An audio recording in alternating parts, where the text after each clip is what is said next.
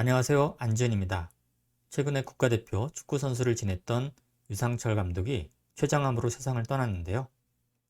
의학 전문 기자를 지낸 홍익원 선생님이 본인의 페이스북에 유상철 감독에 대한 추모의 글을 올리면서 본인의 폐암 가능성이 언급되면서 많은 파장이 있었는데요. 제가 그 논란을 종식해 드리겠습니다. 홍익원 선생님의 페이스북 글을 보면 본인의 폐 좌측에 1.9cm 크기의 간 유리 음영이 있는데 조직 검사를 하면 백발백중 암이기 때문에 수술로 떼어내야 한다고 들었습니다. 하지만 수술 자체가 부담스럽기 때문에 가급적 최대한 지켜보면서 미루고 있는 상태다. 그리고 본인의 건강을 생각해서 제주도에 내려와 있다. 이런 얘기인데요. 저도 여러 차례 홍익걸 선생님의 유튜브 채널인 비욘디에 출연을 했고 화석에서 홍익걸 선생님으로부터 들은 적이 있기 때문에 전부터 이 내용을 잘 알고 있었습니다. 그리고 비욘디에서도 여러 차례 이런 내용들을 언급했기 때문에 특별히 이번에 더 논란이 될 만한 것이 없다고 생각했는데요. 주위에서 많이 걱정을 하자 홍익걸 선생님의 배우자인 여에스더 선생님이 바로 다음날 유튜브 방송에 나와 폐암이 아니라며 진화에 나섰습니다.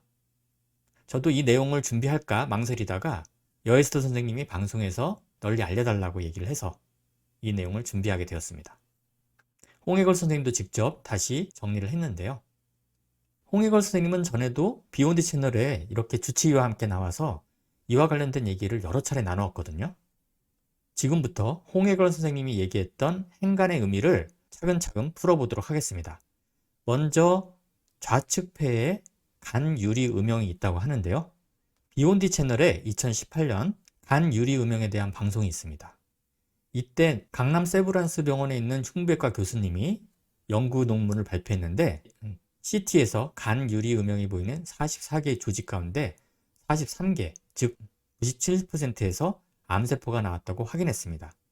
여기에서 바로 백발백중이라는 얘기가 나온 것으로 보이는데요. 그러면 간 유리 음영이 무엇이냐? 여러분, 간 유리가 뭔지 아시나요? 우리가 일상에서 볼 수 있는 그런 유리들이죠. 이 아래쪽에 보면 투명한 유리, 보통의 유리라고 하면 간 유리는 투명한 유리와는 달리 뒤쪽에 있는 살물이 뿌옇게 보이는 그런 유리를 말합니다. 그럼 왜 간 유리냐? 여기서 간은 갈다, 갈다의 뜻의 간입니다. 가른 유리. 왜냐하면 이처럼 반투명의 유리를 만들려면 예전에는 공장에서 유리를 잘게 갈아서 만들었기 때문에 간 유리라고 이름을 붙인 것이고 영어로 그라운드 글래스라고 하는 것이죠. 그런데 CT를 찍으면 마치 간 유리처럼 뒤에 있는 배경이 뿌옇게 보이는 경우가 있다는 겁니다. 여기서 정상폐는 까맣고 혈관은 하얀 선으로 표시를 했습니다. 여기서 회색으로 그려진 부위는 간 유리 부분인데요.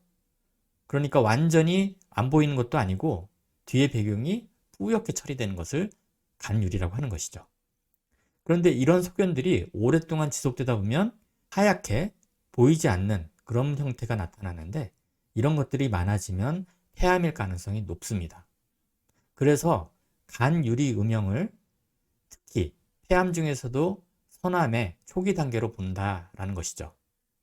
그것을 간단하게 아래처럼 그림으로 표시를 해보면 순수한 간 유리는 이렇게 보인다고 하면 이 안에 점점 진한 것이 생기고 나중에는 아예 다 진하게 된다. 이렇게 이해할 수 있겠습니다. 진하면 진할수록 결국에는 폐암일 가능성이 더 높아진다는 거죠. 최근에 외국에서 발표된 연구를 보면 실제로 이렇게 순수하게 간 유리로만 되어 있는 부분을 조직 검사했더니 87%는 폐의 선암, 2.6%는 폐의 편평세포암, 10%는 기타 소견으로 나왔습니다. 그러니까 연구자마다 다르긴 하겠지만 백발백중? 글쎄요, 여기서는 10중 8구 정도가 되겠네요.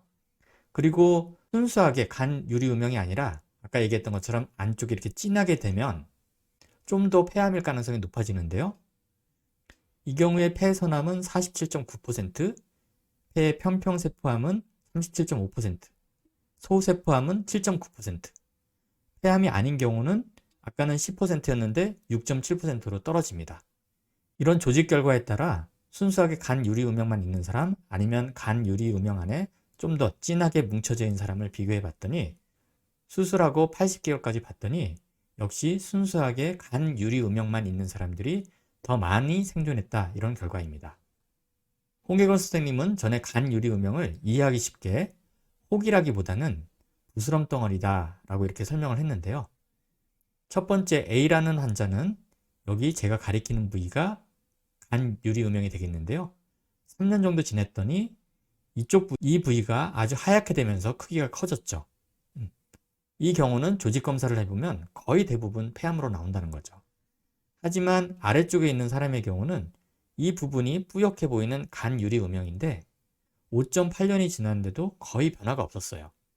이 경우는 폐암이라고 하더라도 상대적으로 나쁘지 않은 폐암일 가능성이 높다는 겁니다.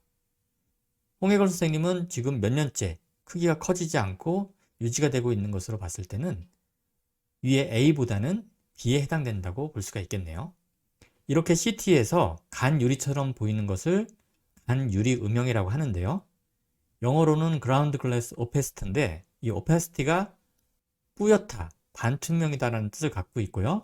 이것을 줄여서 그냥 의사들은 GGO 이렇게 많이 표현을 합니다. 근데 외국의 연구에서도 이렇게 순수하게 간 유리 음영만 있을 때는 대부분 그대로 상태를 유지해야 했고요. 일부 크기가 커지거나 일부는 안에 진하게 뭉치는 경우가 있었다. 그리고 발견 당시부터 이미 안에 뭔가 뭉쳐져 있는 경우가 있더라도 이 경우에도 대부분의 경우는 그대로 커지지 않고 일부에서 커지거나 더 가운데가 진해지는 경우가 있었다라는 겁니다. 물론 크기가 커지거나 더 진해지는 부위가 많을수록 나중에 조직 검사를 해보면 폐암으로 나오는 경우가 많죠. 그렇다 보니 의사들 사이에서도 고민이 많아졌습니다. 과연 어느 때 조직 검사를 하고 수술을 해야 하는가? 간 유리 음영의 크기에 따라서 그리고 얼마나 순수한 간 유리 음영인지 아니면 그 안에 진한 부분이 있는지에 따라서 중간중간 CT를 찍다가도 어느 순간에는 수술을 권한다는 것이죠. 다른 논문에서도 아직까지는 확립된 지침이 없기 때문에 외과 의사들도 종종 개인적인 경험에 의존하는 경우가 있는데요. 아무튼 이 간 유리 음영이 커질 때에는 제거를 해야 되겠고 그렇지 않으면 가슴 CT를 정기적으로 찍으면서 커지는지 확인을 하는데 역시 모양이 도중에 암일 가능성이 높아질 경우에는 수술을 하는 것이 좋겠다라고 얘기를 하고 있습니다. 제가 직접 홍익원 선생님의 흉부 CT 사진을 보진 못했지만 직접 말씀하신 내용을 참고해서 이 표에 대입을 해보면 크기는 5mm가 넘고 3개월 간격으로 CT를 촬영하다가 그 다음부터는 1년 간격으로 최소한 3년 정도까지는 비교를 하는 것이 안전하겠다는 거죠. 도중에라도 크기가 많이 커지거나 모양이 안 좋아지면 그때는 수술을 해볼 수 있다는 겁니다. 아직까지는 그런 소견이 없는 것으로 보이고요. 결론적으로 홍익원 선생님은 흉부 CT에서 간 유리 음영이 있는 것은 맞고요. 조직 검사를 하는 것은 아닙니다. 그리고 간 유리 음영의 대부분은 실제 조직 검사를 해보면 폐암이 나옵니다. 조직 검사를 한 것은 아니고 정기적으로 CT 촬영을 하면서 경과를 보고 있다. 이렇게 이해하시면 되겠습니다. 무엇보다 홍익원 선생님이 가장 걱정하고 있는 이유 중에는 오랜 기간 언론사에서 의학 전문 기자로 일하면서 흡연을 많이 했기 때문입니다. 그래서 오늘의 결론은 담배는 꼭 끊어야 된다. 홍익원 선생님은 평소에도 담배는 꼭 끊어야 된다고 개인적 경험을 얘기하고 있습니다. 끝까지 시청해줘서 고맙습니다.